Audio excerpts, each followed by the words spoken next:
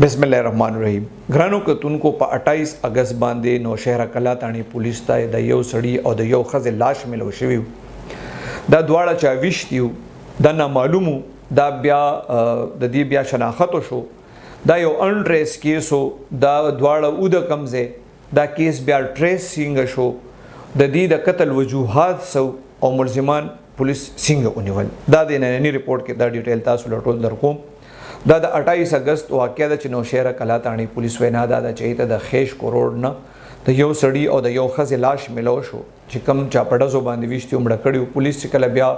موقع ته وي مونږ لاړو نو د ښځې سره هېڅ داسې دستاویز نو چې د هغې شناخت شوی وي خو د سړي شناخت چې کوم دی هغه سره په جیب کې یو کارډ و په هغې باندې د هغه نوم فیصل شهزاد او د هغه تعلق چې و ډرنال ضلع اټک سره پولیس وایي چې د سړي او د جینۍ لاشونه وکتل نو د دې خیال دا و چې یاره دی به چېرته را تختیدلی وي یا به خپلو کې داسې غلط تعلق وي نو دا بچاو جلی وي خو کله چې دی بیا د اټک پولیس سره رابطه وکړه چېرې د دې د ورسا پته ولګي نو بیا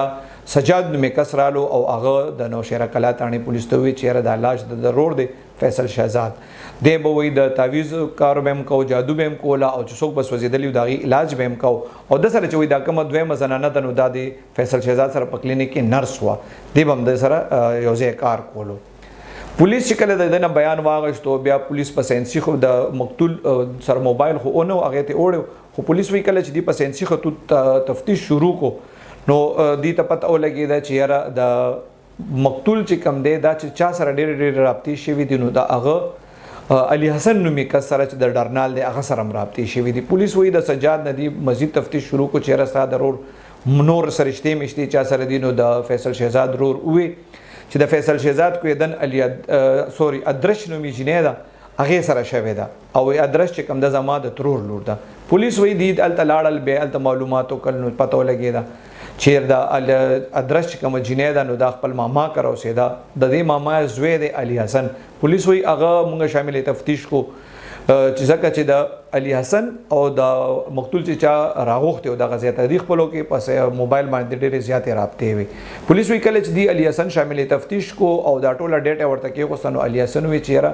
څه موده وړاندې زما د ترور لور چې کوم دا ادرش دا سوځېدلې وه او دا د علاج لپاره دی فیصل شهزاد له بوتلې وه بیا وله فیصل شهزاد علاج هم کو جادو مادو او تعویضونه به یې وله کول نو دی کې د فیصل شهزاد او د ادرس جینۍ د چې کومه کزن ده د دې خپلو کې تعلق جوړ شوی دی د دوی کویدن شوی ده بیا د علي حسن پولیس ته ویلي چې کله کویدن وشوه نو د فیصل به دې کره راتلو خو نه رخصتي شوی و نه نکاح شوی و دې کره به ادرس سره به هم ټیم تېرو او نورو زنانو باندې به هم غلط نظر کو وایي څو پېر امام پوه یم کو خو هغه بیا پوه نه شو نو علي حسن وایي بیا زه مجبور یم چې بیا ما سوچ وکړو چې دا فیصل شهزاد مړ کول پکار دي نو د سره دغه ځای کې په اټک کې د علي حسن سره په دکان کې یو د 400 کس کار کوي هغه سره د قصه کړې د هغه ولا بیا د 400 نور درې اجرتیان پیدا کړي دي په 5 لک روپۍ سره خبره کړې ده ای بیا منصوبه بندي داسې کړې چې د بیا د فیصل شهزاد راغلي دي د ته ویلي چې په 400 کې زموږ یو بیمار دی هغه سوځېدلی هم دی هغه له تعویضونه هم کول غواړي د 27 یا د 28 اگست ټیم دی سره ایښی دی د هلکان ترې راغلي دي بیا په دغه تاریخ باندې 27 یا 28 اگست باندې